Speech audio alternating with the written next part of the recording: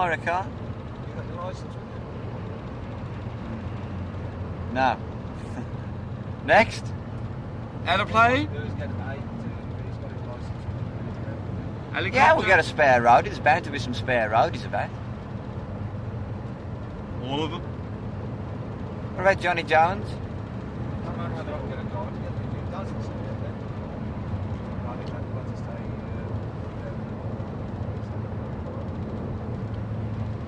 Well, it's Two.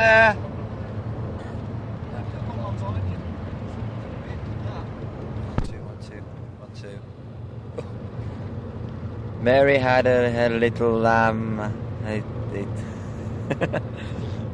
Its fleece was white as snow. Everywhere that Mary went, the lamb was sure to go. Bloody hell. Crikey, can hear it, yeah. Mary had a little... That's weird, isn't it? Little what? Throwing dustbins at the dressing room windows, how we do? They really liked us. They liked us, huh? Oh, they did like...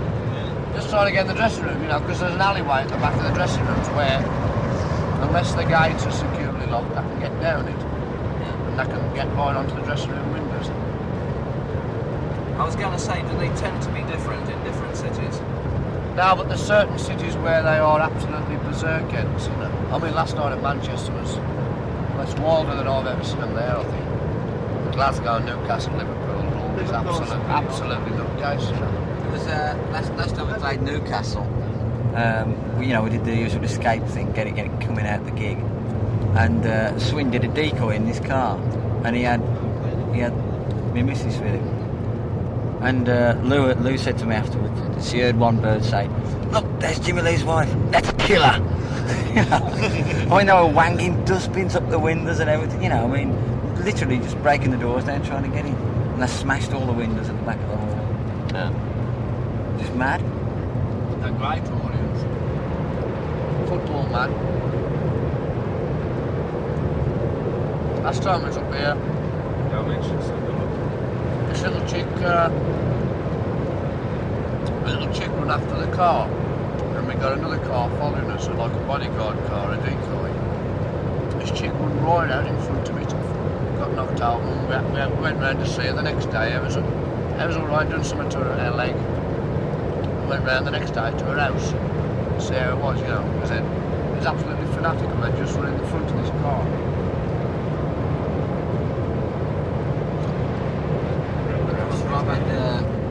The police, you know, like came on the scene, and Rob was there, you know, the road, and he put her over. And he says, "She just ran out into the road, officer." "Yes, I've heard that all before, boy, down the station." You know, just wouldn't listen. Hard case, Geordie, you know. What's the venue like anyway? What's the place like? Is it? It's a gig. Yeah. Right, gig. This is often it's often used as an opening night for a tour in Newcastle City Hall. You know, it's actually the first gig. It's the first gig we ever did as a concert, Newcastle City Hall. It was Amen Corner and Dave Dee, Dozy, Beaky, Mick and Titch. It was their last tours before they split both of them. And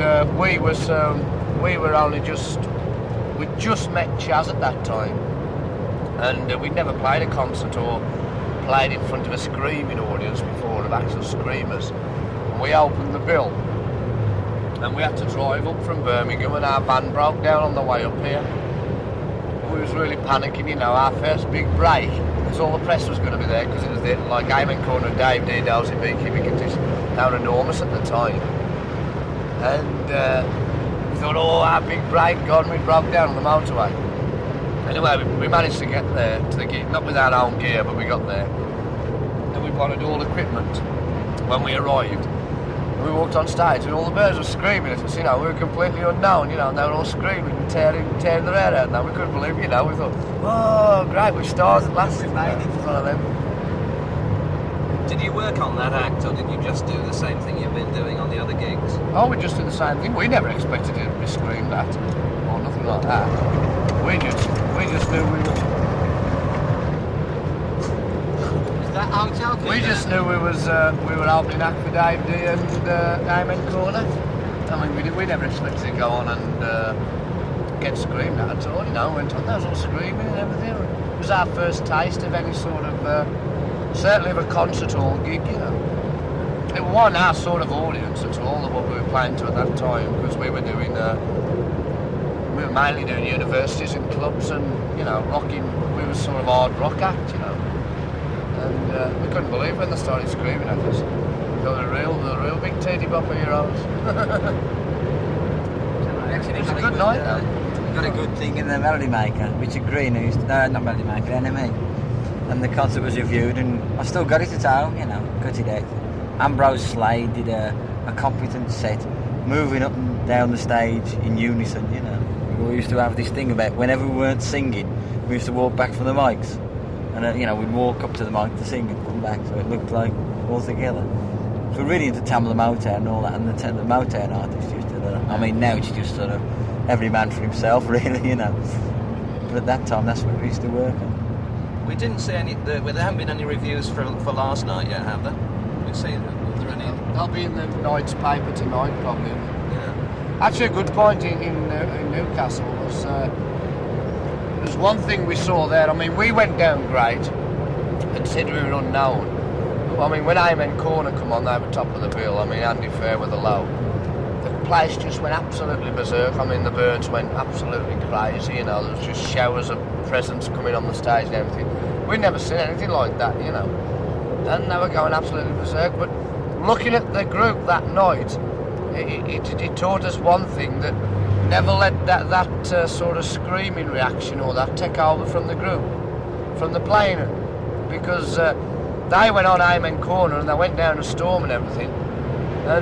But they were just sort of really playing to the screaming girls more than anything, you know. The music was, you know, they could have just stood there, which is basically what they did, you know. They never, and I mean, in their early days, Amen Corner, I mean, they were brilliant, but they were just purely playing to the screaming girls that time. They'd lost all their sort of, well, that must have been why they broke up, really, you know, because they just lost everything they had in their early days, you know. They let the pop idol idolatry take over completely from the music, you know. They just went on and played to the screams, and they still went a storm. Obviously they couldn't do nothing else at the time, you know, but I think that's what must have split them up, you know, because they lost all their musical thing that they had. We always said, you know, we'd never fall into that trap. If ever we were successful, we'd still make sure what was coming out was good, no matter what happened. Because so many people, you know, had told us about that sort of thing, and we'd seen it happen, like the Marmalade. Marmalade were an incredible group, and then we saw them when they got the teeny bop following, and they were like waving to their kids, and you know, we thought, we'll never ever do that, you know. And we never did. Actually, Dave Dee was a toy little band. Dave Dee, Dozy, Beaky. They used to do their songs on stage. It used to sound like the records, you know, really like the records. And they had lots of gimmick stuff in their records, really difficult stuff to do, you know. Xanadu and... Yeah, and they did them all on stage, and they were great. You know, they're really good. I was surprised when I saw them. They're really great sound, you know, and it sounded just like records. So you started picking up right from that very first concert ideas. Well, that was our first time. That was our first time we ever did a concert hall. I mean, we didn't do another concert hall until ages after that. Until we were, well, we never did another concert hall until we topped our own tour, our own first tour, didn't we? But I don't think we ever did another concert hall. What was anybody else? Oh yeah, we did one gig when we were skinheads. We were top of the bill. It was Barry Memorial Hall. We were top of the bill. Second on the bill was Hawkwind, and third on the bill was some what's that group, Quicksand from Wales. I mean, there were about sort of 25 people in, and Hawkwind came in. I mean, we were skinheads, and they were the biggest bunch of freaks we'd ever seen in our lives. You know, they were, you know, that black bread stuff, you know, sort of malt bread. We'd never seen anything like that, sort of vegetarian stuff, you know. And they came up to us and said, "Hey man, how about just forgetting 2 sets and we'll all go on together and jam." You know, like, can you imagine the skinheads, Slade and Hawkwind together on stage jamming? It would have been great. Actually, that would have been. That could have been absolutely wild. Recording that. What? Pink Slade does it. Well, your imagination runs right at the thought of that. But that was about the only 2 concert gigs we ever did, I think. And imagine And, Hawkwind singing Day-o. But after that, we never did another concert hall until we did our first own tour, you know. Because we'd been doing universities, we did loads of universities. We'd played in practically every club in England, in Great Britain, we'd done practically every venue there was to do, we'd been to.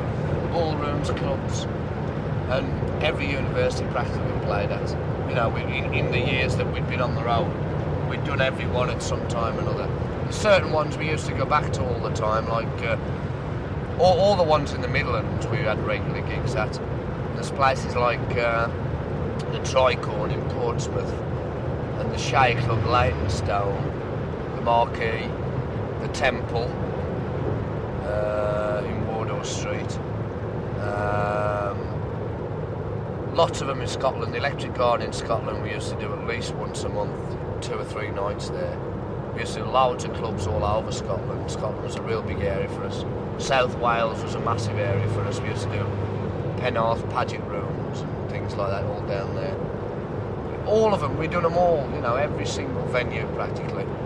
And that was while we was having hits as well. We were still doing the clubs and ballrooms and the universities, even though we'd had our first 4 hits, wasn't it? About 3 or 4 hits. We were still doing them. And then we went out on our first concert tour, and we had Status Quo supporting us, who, you know, were just starting to get a name again, second time around, like. And about that time we did the Lincoln Festival. And that really cracked us, you know. We had so much press out of that festival because, you know, it was a great show for us. It was one of those nights where it really worked for us. And we copped all the front page of the musical press the next week, you know.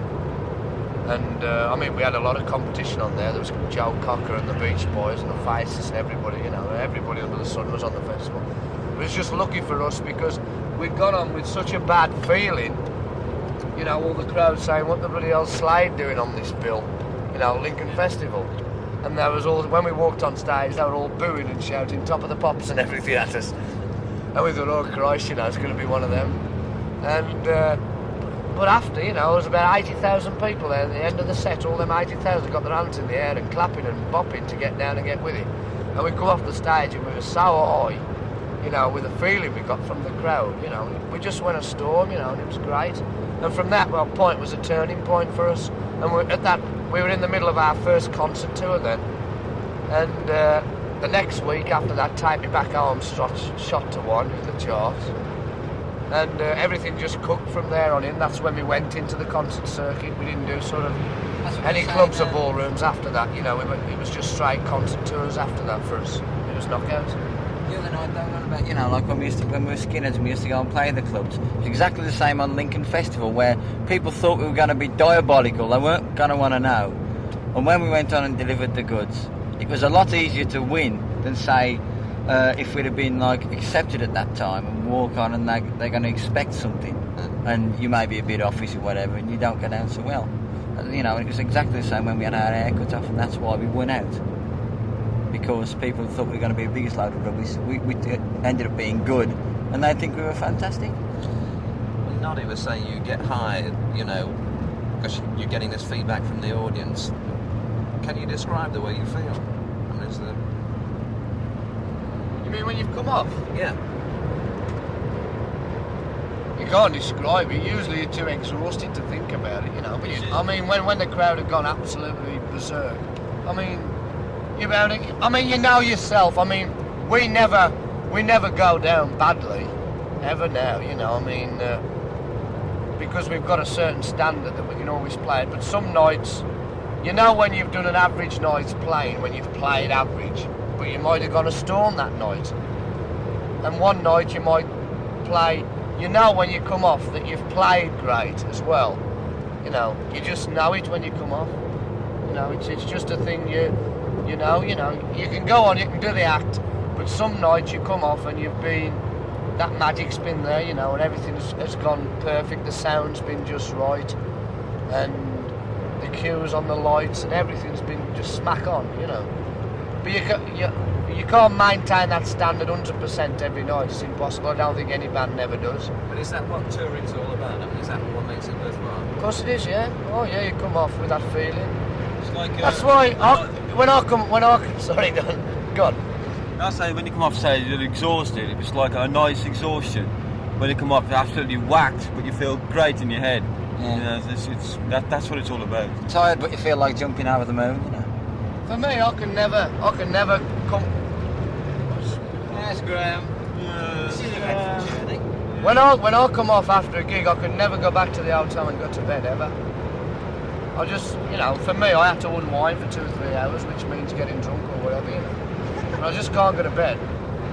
I'm go to bed and go to sleep. No matter how tired I'm coming off the stage. Impossible. If I do go to bed, I've done it, you know.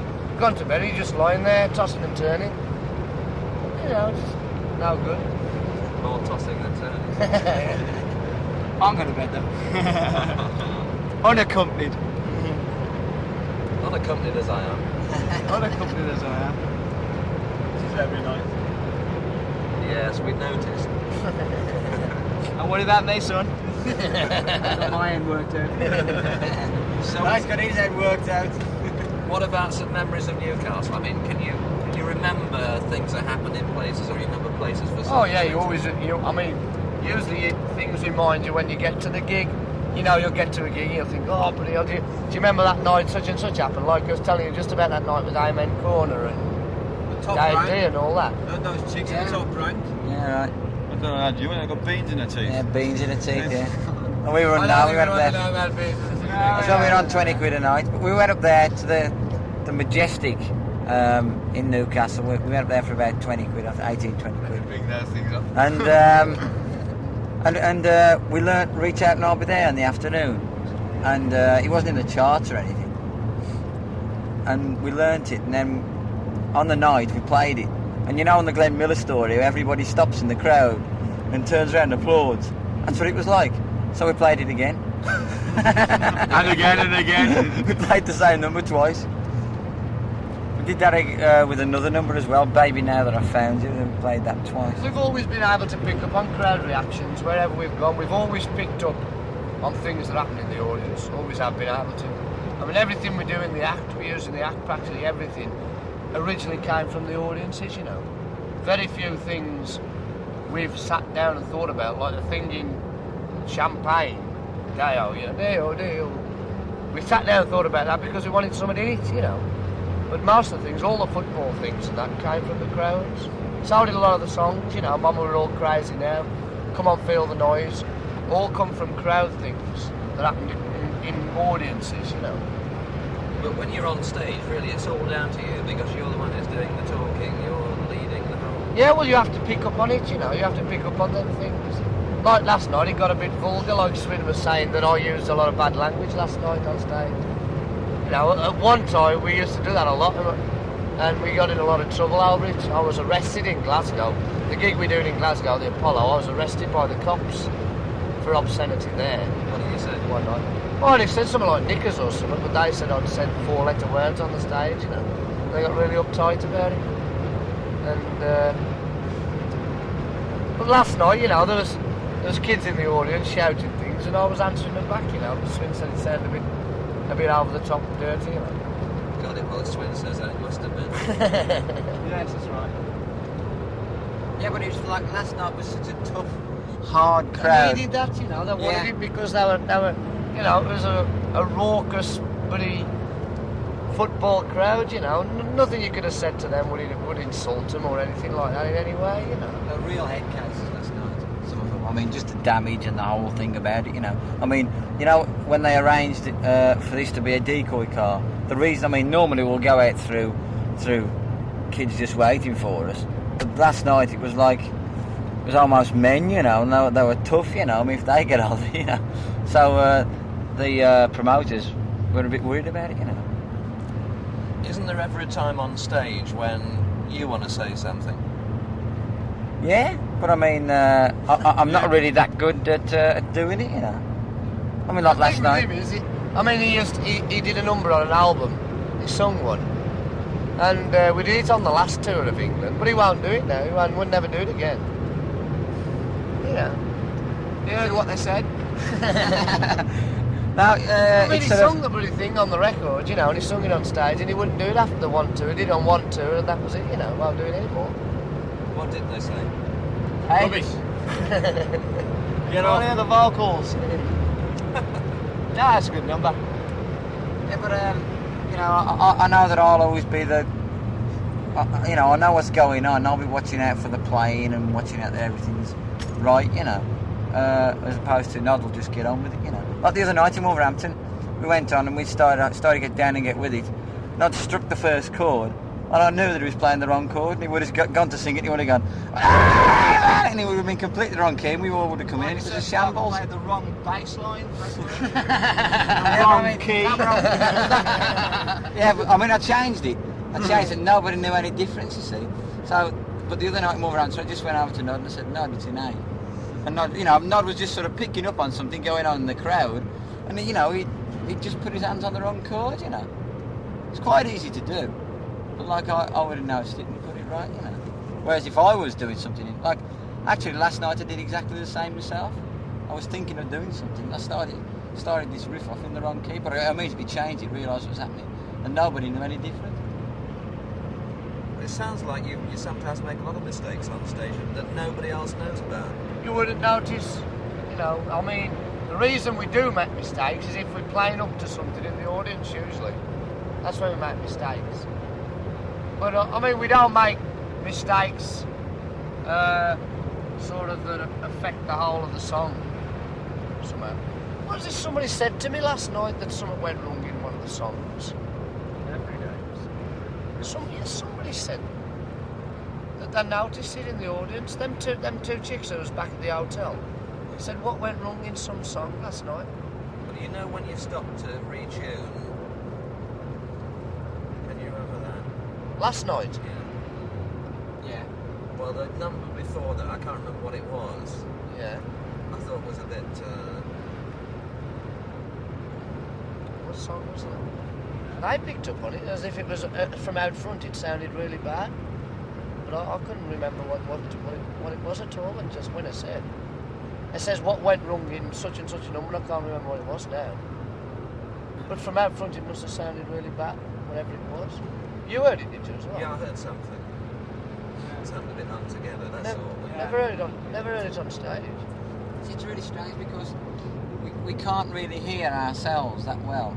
A lot of groups have heavy monitor systems so they can hear it all coming together. But I can only hear bass and a fraction of Don and a fraction of Nod's vocal.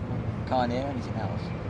You just sort of feel it somehow. So if anything is diabolically out of tune, if Dave's out of tune, I won't really know about it. You know, but Nod will because he's in the middle. Yeah. I can hear everything. Where I stand in the middle, I can hear everything, you know, because I have the drums and everything. I've got it all.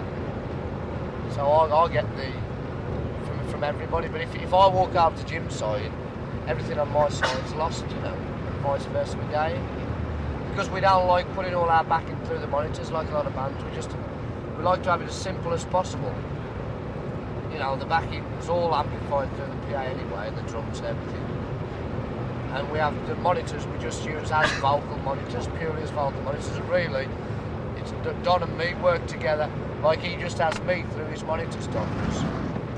And so if I want to do an ad-lib thing, he'll work to it because he ain't got all the backing coming through to follow it. And so everybody relies on Don and follows that. Yeah, But he'll pick up off me, you know, and he relays to the band. Like you have too complicated a setup and something goes wrong, you find Yeah, out. the whole There's thing's always to go fucked. wrong. You know, we like to keep it simple, simply because there's less to go wrong. Yeah. Not because we wouldn't like to hear ourselves better. We'd love to. I mean, But there's we, no we feasible way very to do it. rarely have equipment failures or anything, you know. It's very rarely happened when anything has fell to pieces on us on stage where the PA's blew up or, you know, the backing gear's gone. You know, we've got such a sort of it ain't a simple setup really, but it's simple in the way that anything blows or anything, it can be, you know, there's a spare there and that, and all it means is pulling one plug out and putting another in, and you're back and you're away again, you know. You know, there's no sort of drastic thing to go wrong. Look, suppose tonight everything will probably blow up. But I was going to say, what mistakes have you got planned for tonight? I don't think we'd be very merry make big blunders on stage. See, but the thing with us, like even when But we can get out of it if we do. even when the whole power's gone off, Don will carry on, and we'll have the crowd. And we can still, and we'll sing to the crowd acoustic and make them sing, even if it, like it happened in America once. We actually blew up in America. What was it? The power what? For the town, for that section of the town, we blew up the power transformer in that section of the town where the theatre was. But all we did was just stood there and sung and made them sing, you know. Doing a max war around the stage, you know. We nearly always get over it somehow, unless it's something that can't be repaired for half an hour. Yeah.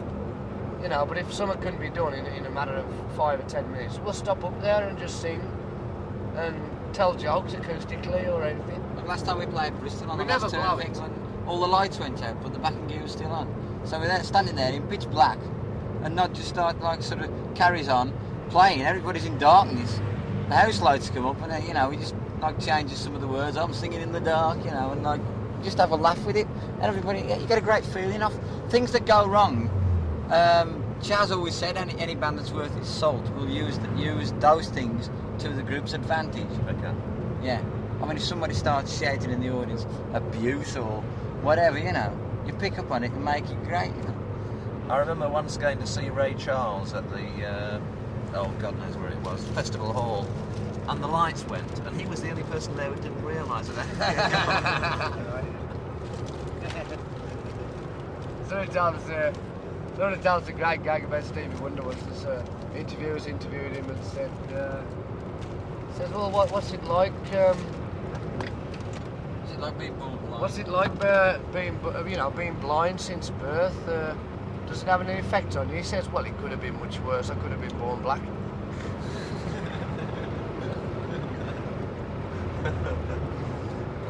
We get to tell us that. Are there any vocalists, this has been asked so many times, who've really made an impression on you, who at any time you've styled yourself on? Style myself on? Never styled myself on anybody, but the best singer to me, who I think is Cocker, actually on stage as well, you know. Or was. The thing was, I saw him years ago when he was he won very, you know, he wasn't well known. Margarine Days. Yeah, Margarine Days. Oh, yeah. He was a gas, and like he was like my idol from then on, from his voice point of view. And then, around about 18 months, 2 years ago, we supported him in Germany on a festival in Frankfurt, and it was at the time he'd done Mad Dogs and everything, he'd done all that, and he was really, he come to the gig, and he was straight as a die. He was great, you know, and he went on stage and he was so out of his head, he was just singing in the microphone in the wrong end, the end that the lead comes out of. He was so out of it, you know, and his manager wasn't doing nothing about it. In fact, Chez that night had a big argument with his manager, because Cocker's an old mate to Chez's. And Chez had a real big bust up with Cocker's manager, saying, how could you let Joe get like this, you know? And his manager was encouraging him. You know, he was giving him booze and dope and everything, and really mucked him up, you know. I mean, he was just a shambles on stage. I mean, the crowd were all ready for him when he come on, but when he come on and he was so much of a shambles, that's why they throw tin cans at the stage, because the German audiences are like that, you know. I mean, if they don't like it, they really show they don't like it, you know. Which brings us And we'd had a great set, you know, that lit all candles and everything in the audience, you know. I mean, it was this festival and they had all the candles lit at the end of the set, which is what they do in America if they all light matches. But they'd all got candles lit, they were all holding candles, and it was a fantastic sight. And we come off and I was doing all this. I saw the atmosphere was great, it was buzzing. And then it took Cocker's roadies about an hour to set up the gear, so there was an hour break, so all the atmosphere was killed.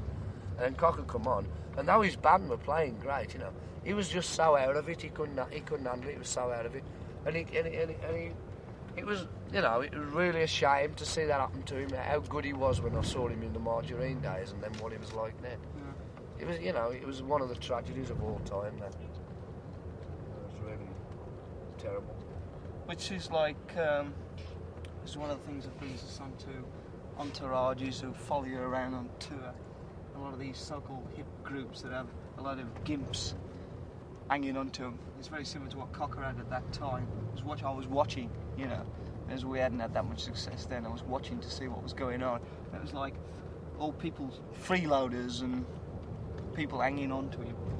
And while he was out of his head, obviously he didn't know what the hell was going on, you know. You know, you carry these loads and loads of people on the road with you, and obviously somewhere along the line there's got to be some of them. Some of them you can trust, some of them are ripping you off, you know. It's obvious when there's an entourage, and maybe some groups have an entourage of about 50 people on the road.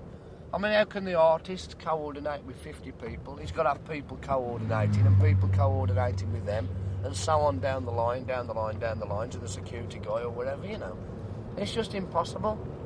I mean, we always try and keep our road setup. It's a standard setup for us. We always do the same thing. You know, we've got 5 permanent roadies, and they've each got their own job to do. And then we hire a lighting crew, and the halls hire security guys. And that's basically all our setup is. You know, it's simple workings, and we can keep control. You know, if you've got 50 people on the road, you can't keep control. It's impossible.